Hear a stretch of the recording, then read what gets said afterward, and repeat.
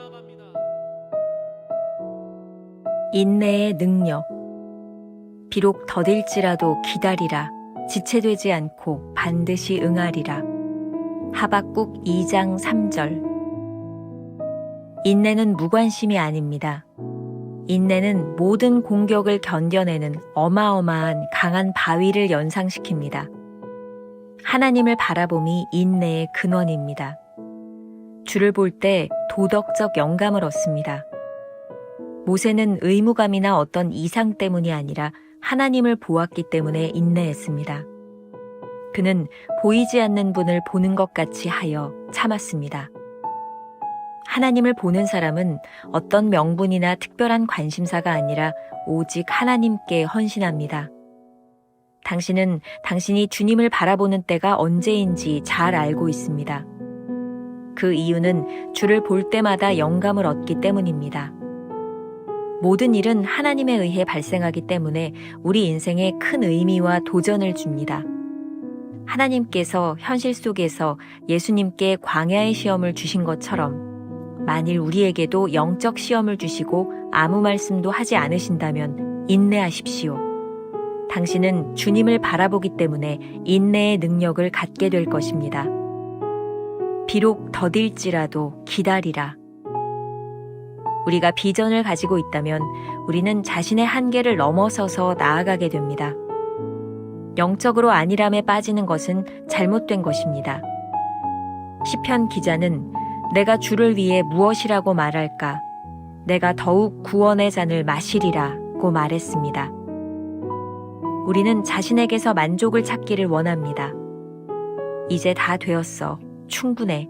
나는 온전하게 거룩해졌어. 나는 잘 인내할 수 있어. 그러나 영적 자만에 빠지는 순간 우리는 멸망의 길에 서게 됩니다. 우리의 비전은 우리의 한계를 초월해야 합니다. 내가 이미 얻었다 함도 아니요 온전히 이루었다 함도 아니라. 체험한 것만 붙들고 있으면 우리에게 남는 것은 아무것도 없습니다. 하나님을 바라봄으로 영감을 얻으십시오. 우리는 지금까지 경험한 것 이상의 것을 얻어야 합니다. 영적으로 느슨해지는 것을 주의하십시오. 주님은 나의 최고봉 새벽 묵상, 오늘은 6월 6일입니다. 인내의 능력이라고 하는 제목으로 말씀을 나누도록 하겠습니다. 첫 번째 주제, 시험이 올 때. 오늘 말씀의 첫 문장입니다. 인내는 무관심이 아닙니다. 그렇다면 인내는 무엇일까요? 오늘 묵상의 원제목이 설명하고 있는 듯합니다. 인내의 능력은 본래 제목의 원문에서 The Passion of Patience라고 하는 말을 쓰고 있습니다. 저는 오히려 이 부분을 이렇게 표현하고 싶습니다. 인내는 무관심이 아니라 진정한 열정입니다. 흔히 인내라고 하는 단어에 대해서 우리는 정적이다 라고 생각을 합니다. 하지만 인내는 하나님을 바라봄으로 인해서 우리들에게 나타나는 가장 적극적인 신앙의 모습입니다. 하나님을 바라봄으로써 인내한다라는 말은 세상과 사탄의 어떠한 공격에도 견디게 하는 어마어마한 것을 우리는 상상하게 됩니다. 채모스는 오늘 묵상에서 히브리서 11장 27절을 토대로 해서 이런 말씀을 하고 있죠. 보이지 않는 분을 보는 것 같이 하여.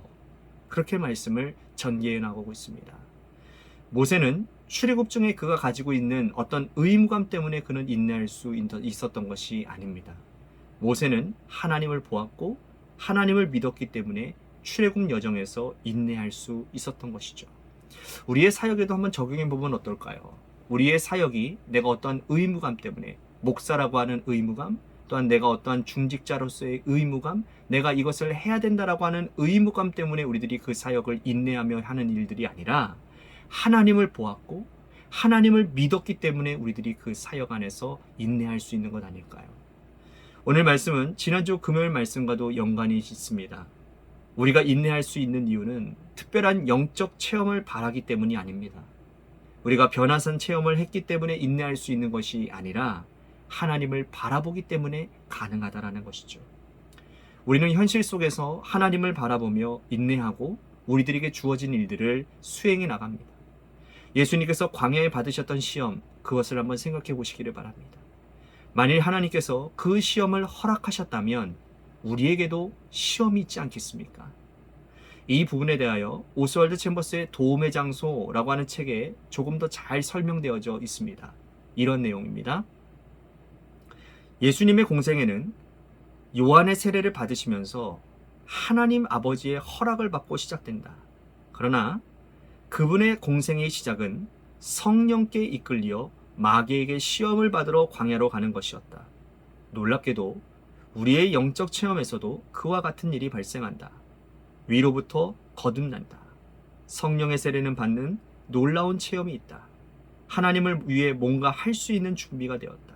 그런데 하나님께서는 우리를 의도적으로 먼지와 거미줄로 가득 찬 복잡한 시험대 위에 올려놓으신다. 사탄이 주님께 제시한 시험은 단 한 가지로 요약된다. 그 시험은 지름길을 택하라는 것이다. 지름길을 택하라. 그러면 사람들의 왕이 되며 세상을 구원할 수 있게 될 것이다. 먼저 사람의 필요를 채우라. 그러면 사람들이 당신을 왕으로 세울 것이다. 죄와 타협하라. 그러면 사람들이 당신을 왕으로 삼을 것이다. 사단이 시험한 대로 예수님은 당장 왕이 될 수 있었다. 그러나 그분은 그렇게 하지 않으셨다. 주님은 사단을 물리치셨고 의도적으로 엄청나게 먼 길을 택하셨다. 기억하십시오. 사단은 우리들에게 지름길을 택하라 라고 말을 합니다. 그러나 하나님은 아무 말씀도 하지 않으십니다. 그때에 우리는 인내가 필요한 순간이 왔다라는 것을 알아야 합니다.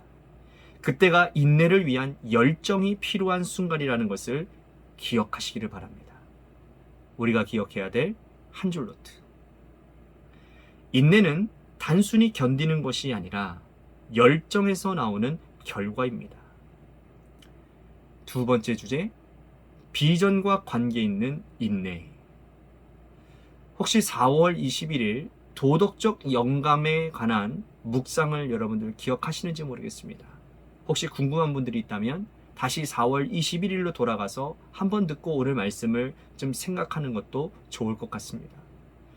우리의 비전은 감정적 뜨거움이 아닙니다.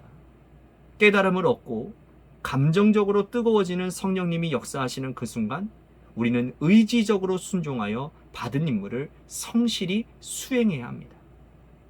정말 중요한 얘기입니다. 다시 말씀드립니다. 제가 오늘도 말씀드렸지만 하나님께서 우리들에게 마음의 감동을 주시고 깨달음을 주실 때 그것 가운데서 내가 감정적으로 뜨거워져서 성령님이 역사하시는 그 순간에 우리는 의지적으로 그 일들을 성실히 수행해 나아가야 된다는 겁니다. 감정에서 머무는 것이 아니라 그것을 우리들이 의지적으로 그 일들을 성실히 수행해야 된다. 우리의 비전은 의지의 중심에서 올바른 결정을 내릴 때 비로소 가능해집니다. 우리의 본성이 아닌 하나님께로부터 오는 이 의지가 우리를 인내로 이끌어주는 것이죠. 챔버스가 계속 염려하는 것이 있습니다. 우리 크리스천들이 너무 감정에 휘둘리는 사람이 되거나 자신의 체험만을 붙들고 있다면 결국 우리에게는 아무것도 남지 않는다라는 것입니다. 기억하십시오. 비전은 체험이나 감정 그 이상입니다. 우리가 하나님을 바라보며 얻는 영감만이 우리로 하여금 계속 인내할 수 있게 합니다.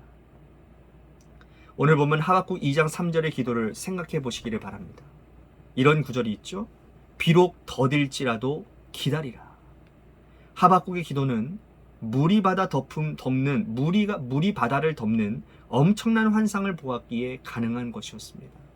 하박국 역시 속히 이루어지지 않는 하나님의 나라와 심판에 대하여 조급함을 가지고 불평했습니다. 하지만 하나님의 놀라운 비전을 본 뒤로는 망루에 올라가 기다리기로 작정합니다. 더딘 하나님의 심판에 이루어지지 않아 실망한 것이 아니라 앞으로 임할 하나님의 나라를 바라보며 인내하고 기대해야 했다는 것이죠. 또한 우리는 영적 자만에 빠졌을 때 인내하지 못합니다. 이미 충분하다라는 이 정도만 거룩하다라는 착각이 우리를 멸망으로 인도합니다. 참된 비전은 인내를 통해 우리 한계를 초월하는 능력이 됩니다. 사도 바울은 빌립보서 3장 12절에서 스스로 이렇게 책찍질을 하고 있습니다. 유명한 말씀이죠. 내가 이미 얻었다 함도 아니요 온전히 이루었다 함도 아니라. 비전과 인내는 아주 중요한 짝을 이루고 있습니다. 챔버스의 글을 인용합니다. 하나님을 바라봄으로 영감을 얻으십시오. 우리는 지금까지 경험한 것 이상의 것을 얻어야 합니다. 영적으로 느슨해지는 것을 주의하십시오. 제가 설교 때도 많이 언급했던 목사님입니다. 찰스 스윈돌 목사님의 지혜라고 하는 책에 오늘 말씀과 잘 연결되어져 있는 글이 나와 있습니다. 한번 들어보십시오. 우리가 하나님을 기다리지 않을 때 서두르게 됩니다. 우리는 미리 나서서 급하게 해치웁니다. 우리는 조급하게 말합니다. 우리는 나중에 후회할 말을 거침없이 내뱉습니다. 그러나 우리가 충분히 하나님을 기다릴 때 그분이 우리의 영혼을 온전히 다스리시게 됩니다. 우리가 기억해야 될 한 줄 노트. 비전을 가진 자는 이렇게 말을 합니다. 비록 더딜지라도 반드시 응하리라. 하나님을 바라봄으로 영감을 얻으십시오. 오늘 하루도 이러한 질문을 가지고 살아가 보면 어떨까요? 이전에는 참을 수 없었는데 하나님을 바라보니 인내할 수 있었던 경험이 있습니까? 기도하겠습니다. 오늘 우리들에게 인내의 말씀을 주셨습니다. 기다리고 인내하는 것은 단순히 수동적인 것이 아니라 하나님을 바라보는 가장 적극적인 신앙을 우리로 하여금 깨닫게 하셨습니다. 혹시 오늘 하루를 살아가는, 아니 지금을 살아가는 우리 성도들 가운데 버겁고 힘든 일들을 가지고 있는 사람들이 있습니까? 하나님을 바라보게 하여 주옵소서. 우리를 불러주셨던 하나님의 은혜를 기억하게 하여 주옵소서. 하나님을 바라보며 오늘도 인내하며 인내로 끝나는 것이 아니라 승리할 수 있는 주의 백성들이 되게 하여 주옵소서. 예수님의 이름으로 기도했습니다. 아멘.